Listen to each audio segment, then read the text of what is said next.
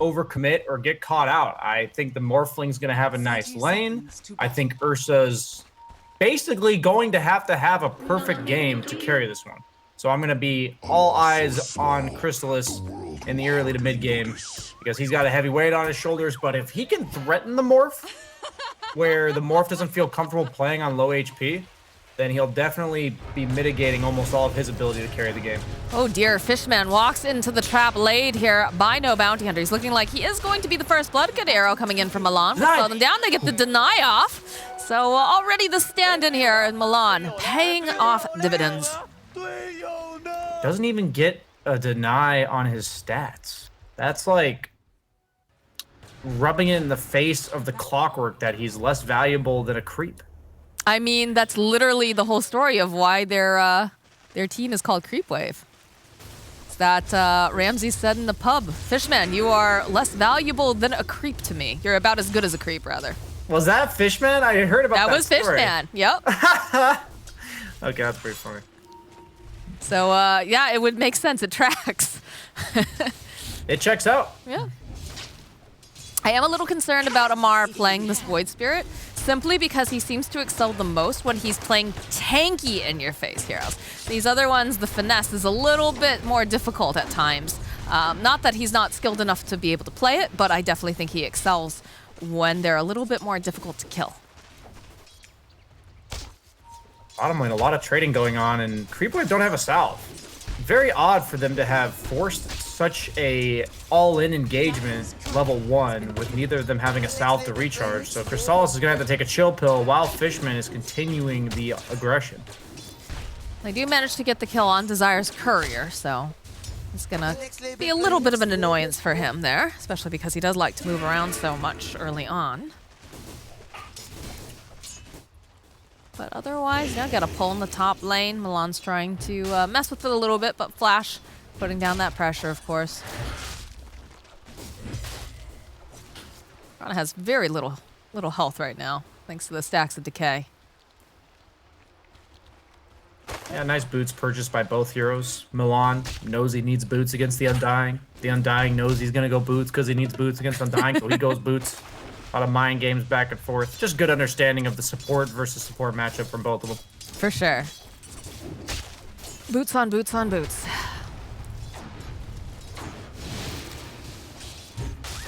Generally quiet speaking, though. Flash doing a good job of just trying to keep up those decay stacks.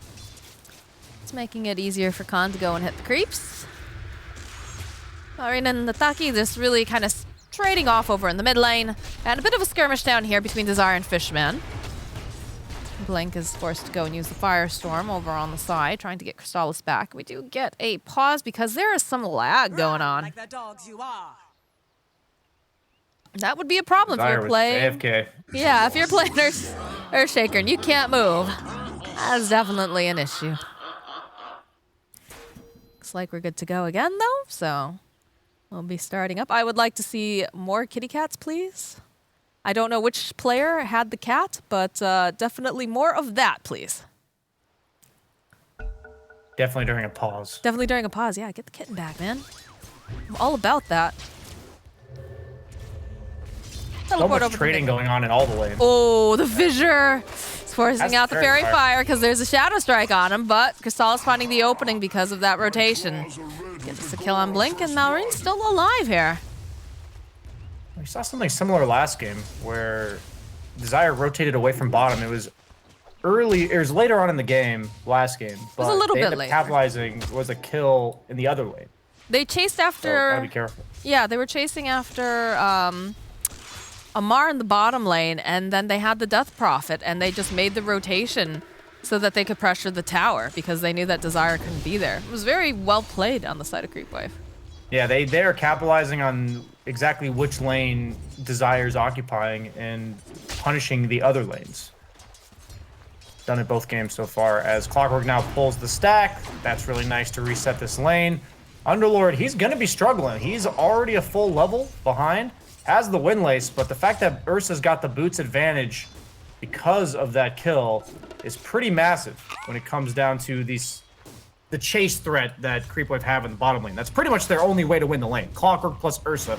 They're not trading. Ooh, They're here to bring you down. That arrow, though, the draw in, gonna pull flash. Nicely played. Huh. I honestly didn't expect to see any action top. I figured Morphling can't kill Void Spirit and Void Spirit can't kill Morphling. But if he manages to sneak an arrow on him.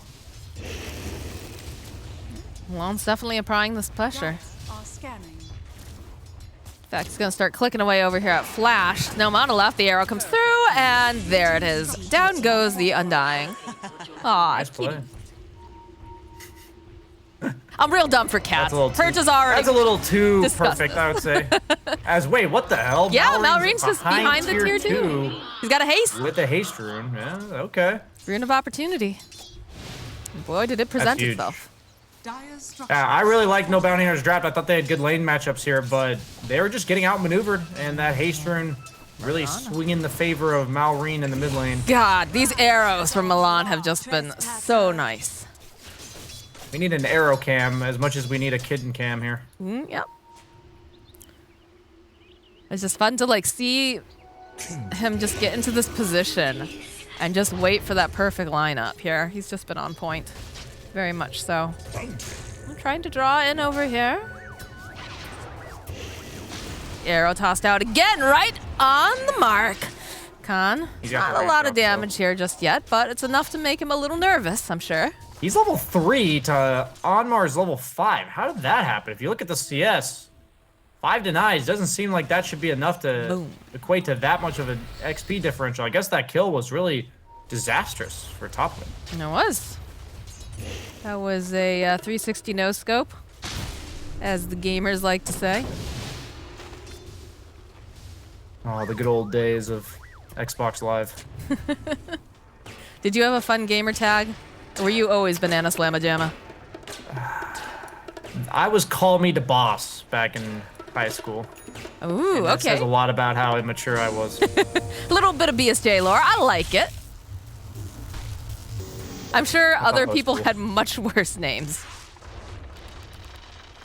I'll go with that. I'll fall back on that. There you go.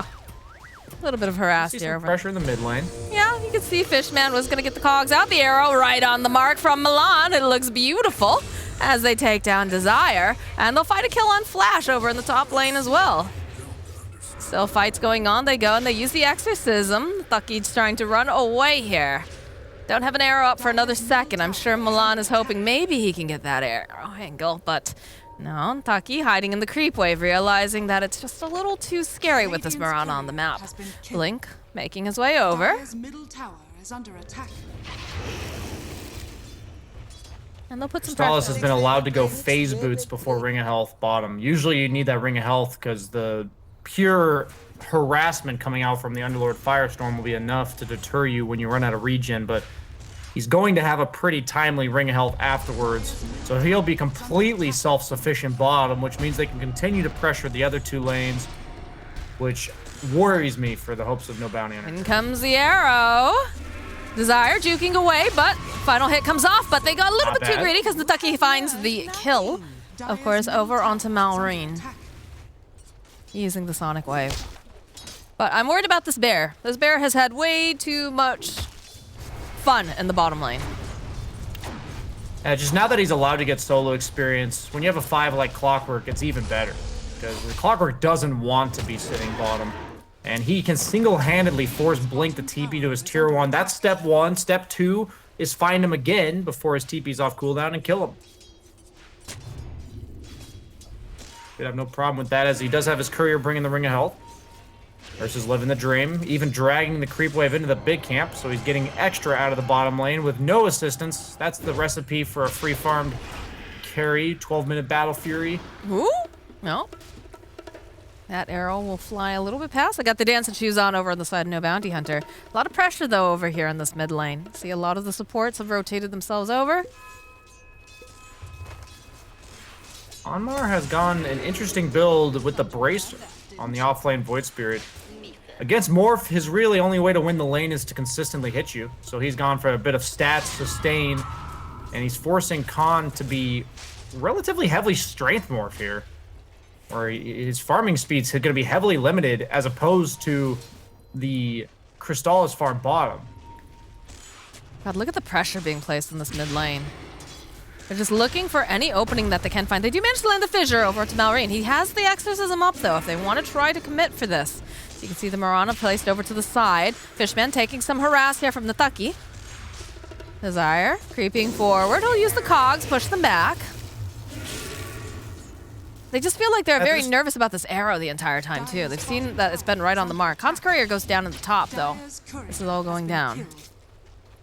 Yeah, at this stage of the game, when you see a 3-on-3 engagement, I like to look at the other lanes and the one-on-ones that will naturally occur. And whoever benefits from those usually likes what's going on in the mid lane. And I have to lean that heavily in favor of Creepwave. And so as long as nothing's happening where this consistent status quo remains, Creepwave is perfectly content to just pull further and further ahead with all three of their cores getting the farm that they need. Look at this positioning from Milan. Arrow, not quite on the mark that time, but they do have that front lane ward. Yeah, that's a nice ward. He's hoping. He's almost out of raindrops on Morphling already. That's a 200 gold investment. 225. Jump forward with the Astral. Khan. He's going to get drawn right back in again into the Starstorm, into an arrow. That's pretty cool. Strength morphed up, though. Not sure they're going to be able to quite find this kill. Samar. Considering going in, but with that teleport coming through, we'll back off. It's good pressure. Every second they do that is another second Morphling's not hitting creeps. That is true. Exorcism gets used in the mid lane. You can see the teleport coming out now from Blink. He wants to help clear up this creep wave. Fortification will come out. But there is still a bear all by himself in the bottom lane as Malrine. Okay, Sonic Wave will just burst down the Death Prophet. He had 21 charges. I think he didn't think he was going to die that quickly.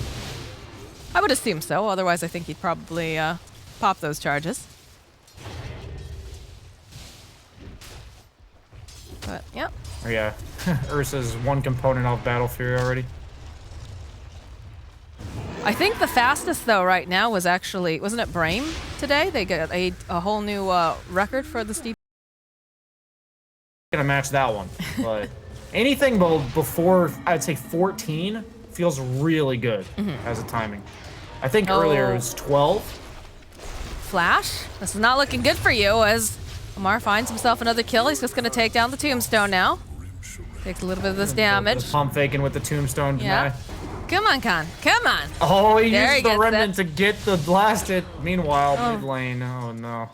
Yeah, that's mid. A lot of action going on here in the mid lane. Looks like they'll be able to take the tower. Khan's courier gets taken during all of this. So a solo kill and a Tombstone kill top, a kill on mid in a tower, and an Ursa free farming bottom. This is absolute nightmare territory for no bounty hunter. I don't necessarily know how they come back. It was all in the momentum of this Queen of Pain from the mid lane, who's completely stunted. Underlord is not a rotating hero. He's going to be firestorming creeps for the foreseeable future. And Morphling has really nowhere else to go. He can't pressure Ursa when Ursa has this much of an experience advantage. And he's able to TP out due to Desire taking way too long to kill the cogs.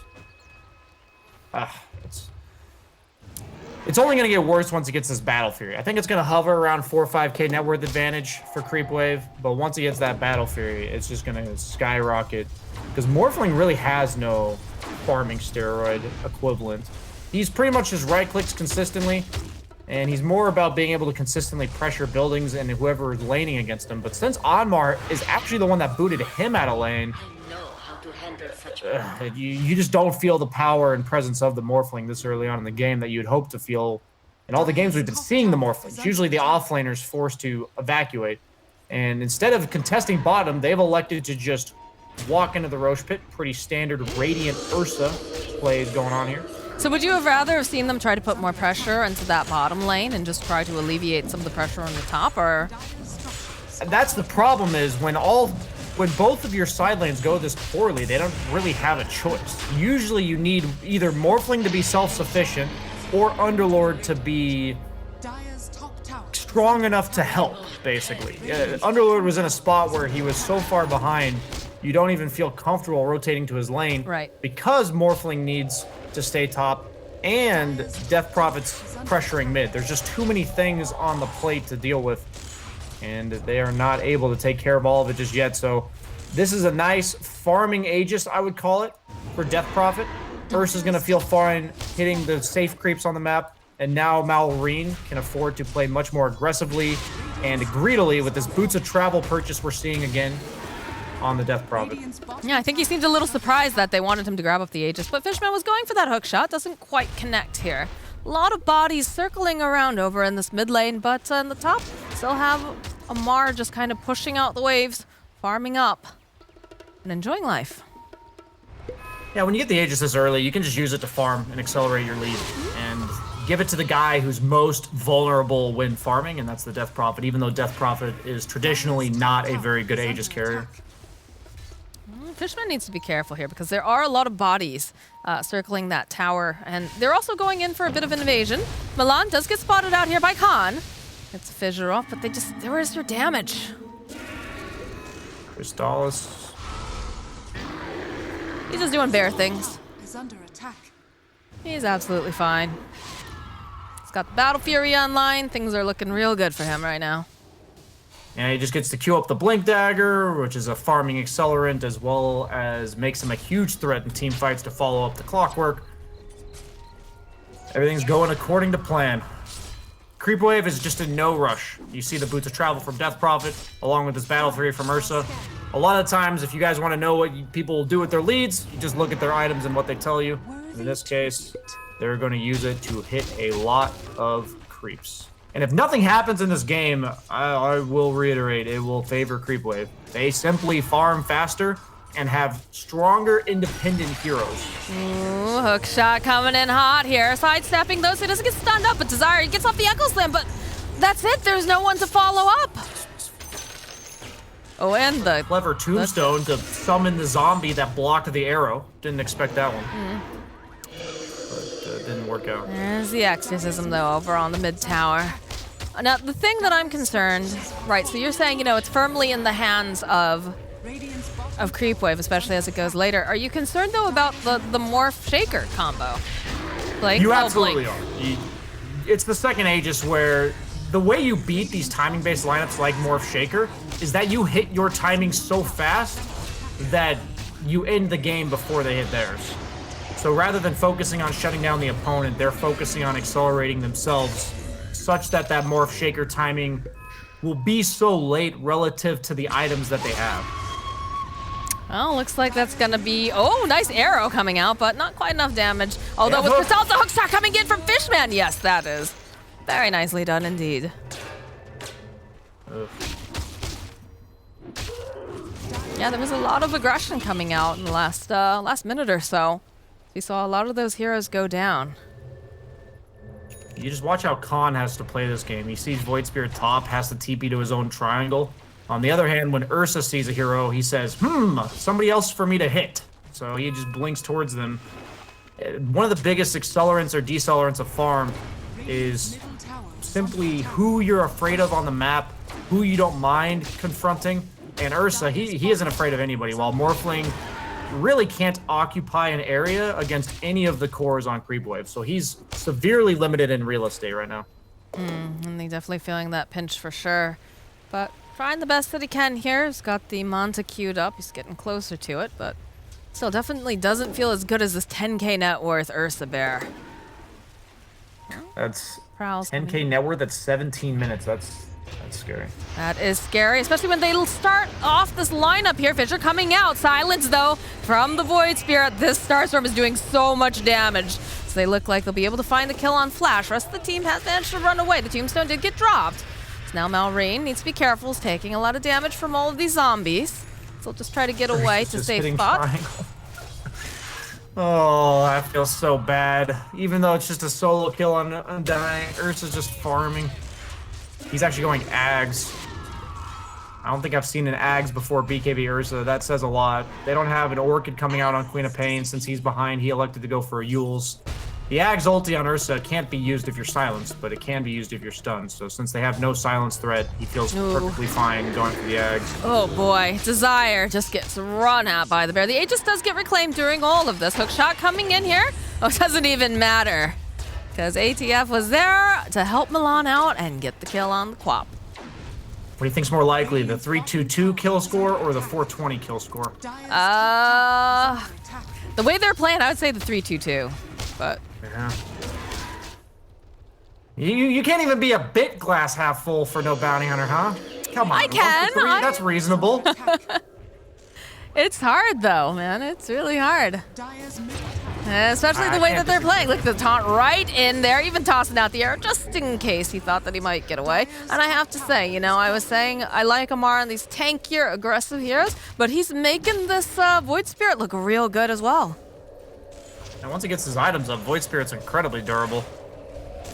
A lot of escape mechanics and the physical damage absorption from Resonant Pulse.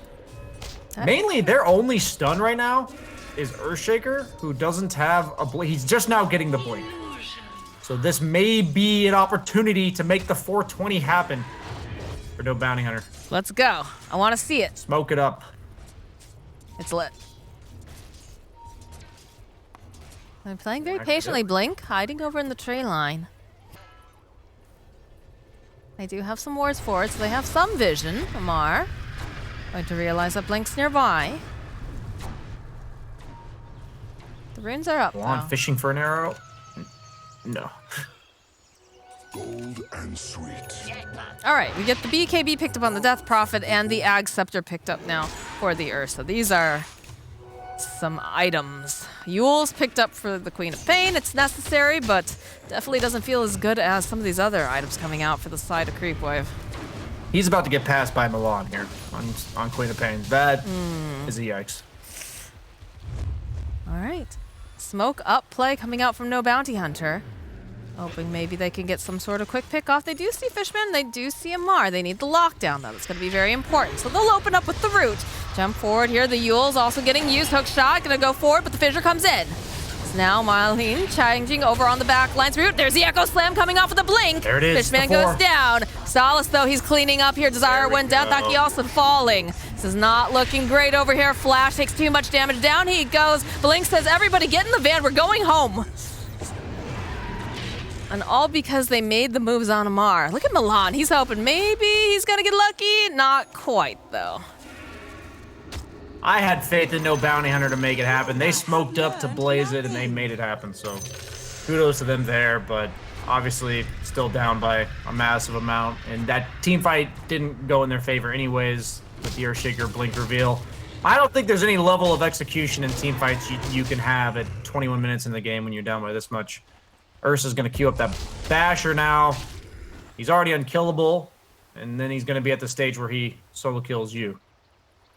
I mean, the way that they're playing this is so nice over on the side of Creepwave, right? Because the way that No Bounty Hunter kind of, I don't want to say gets back into the game, but, you know, they rely on pickoffs. They rely on finding, like, one person and just kind of trying to snowball or pivot off of that. And they're just making it very difficult because a lot of the times they're just running together. And it looks like there's going to be a taunt over here onto the Undying. Flash trying to stay alive for just a little bit longer, but he's going to be silenced up and he'll pop as Amar finds himself another kill.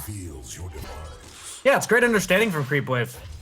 They know that farming is to their advantage based on the lineups, and when you're ahead like this, you just play away from the win condition of the opponent, and the game should go quite smoothly. Like you said, they have to go for pickoffs. Queen of Pain Morphling, very mid-game heavy, semi-carries that feed off of map momentum, and Creepwave can just not engage them until they separate, and it'll all go according to plan. That's exactly what they're doing. So well executed. You can tell everyone's on the same page from Creepwave. They're all farming up a storm. Even Milan has spent a lot of this game by himself, taking the dangerous farm, pushing out the bottom lane. And now this time, Crystallis will take the Aegis himself.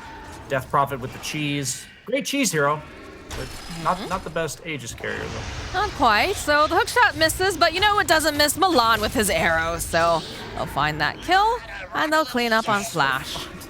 Yules and Spirit Vessel. Yeah, they have 4 cores to the 1.5 on the side of No Bounty Hunter right now. This is very. You do have the Ags though, queued up on Khan. Can he get God, Amar all the way into the base, underneath the tower. They just slice Nataki apart. That feels bad when you're in your own building, or your own home and you just get murdered. All right, well, big circle being drawn on that map there. They'll use the exorcism. They've got the Aegis. Blink has to be very careful. Styles would be more than happy to have someone jump on him. Looks like they're going to try to put a little bit of damage over here on Amar, trying to punish the fact that he's very aggressive, but he's got a lot of options here as they jump over onto the back line. Crystallis just finds Flash again, gets the bash off. Down goes Undying.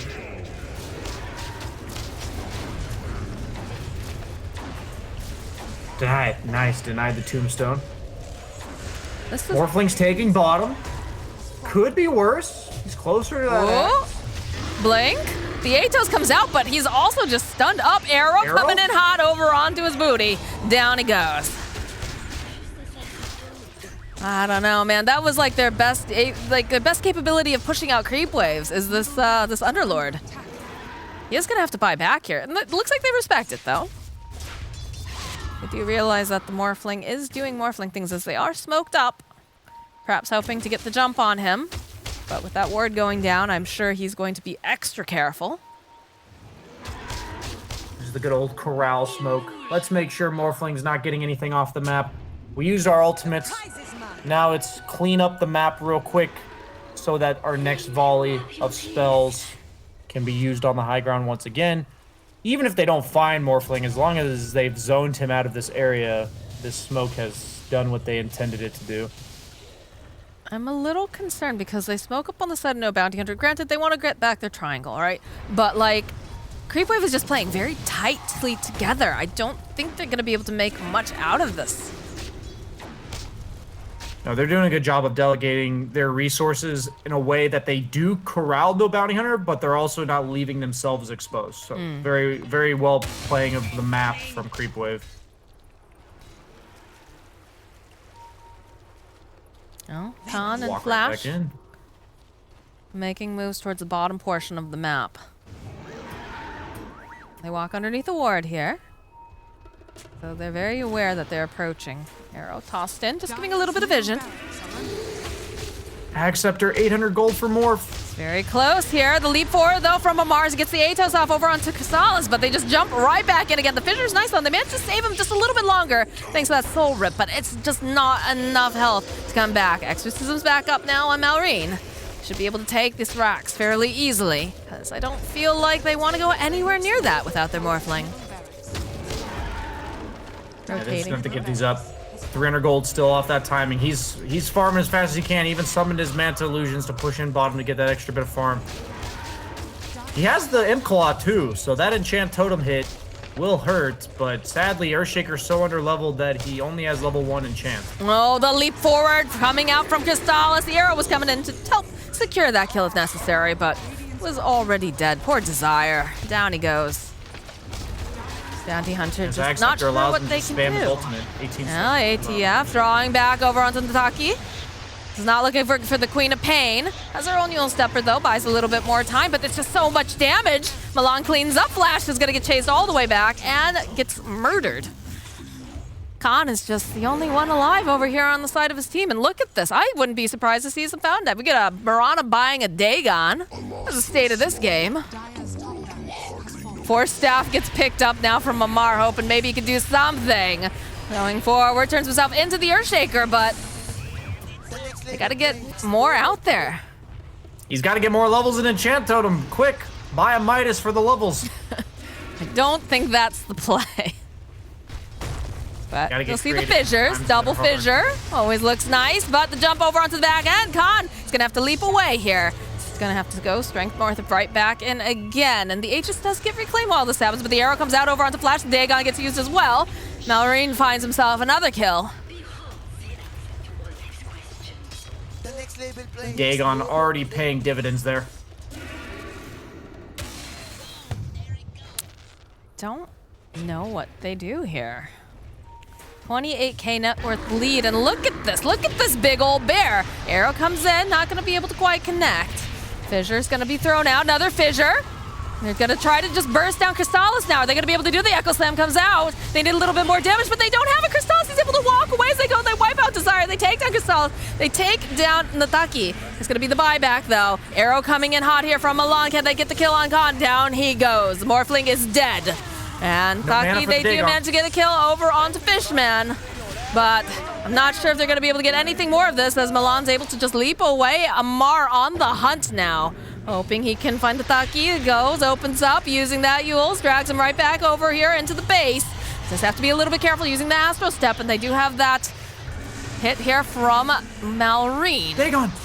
Can they do it in time? I don't know. It's not looking super great. He's leaping forward. They need to just a little bit more damage on Milan, but he's so elusive. They can't seem to find it. Another Fisher being tossed out here from Desires. They'll go hold him into play as Malrine. Is he finally going to be slain? Yes, he will go down. He tried to arrow the Queen of Pain out of his Yules twice, out of his own Yules and then out of the Queen of Pain's Yules, but the Creepwave spawned at the 30-second mark right there. Blocked him twice, so a little bit unfortunate for Creepwave there. You could never predict that was going to be the spawn time of those creeps, but no bounty hunter. Betrayed by a little sign Creepwave. of life here. If they can get this Earthshaker to level 14, he's now at level 13. Putting those points in Enchant Totem. I guess he needs level 15 to max it out, but it matters a lot for Morphling. Unironically, that damage output. He's got the shard queued up. I've seen crazier things. You said, what was it, 34,000 net worth that TNC was down? So Boom was down. Nothing Boom was compared to that. TNC bounces up. Although that is a very dead Underlord, and the hook shot coming through over onto Nataki. Trying to stay alive long enough, but there's no buyback on either one of these heroes. So Creepwave realizing that, you know, they do have to put the foot on the gas here. Milan leaping into the base. They gotta be careful. They don't want to go over the 34k net worth lead, because that's exactly That's when the magic number. Earthshaker Morphling are at their most powerful. It's when they activate. In fact, over on the back line, though, arrow coming in hot, lands over onto Khan. We get the double fissure. Totem as well. This is not looking good now for the Morphling. He's silenced up, and down he goes. I would say, definitely, that is the GG. Creepwave showing up to play. Yeah, they brought their A game, game two. I really feel like they just outplayed them so hard in the first 7-8 minutes, and then just played their lineup smoothly until the end of the game. Inevitably,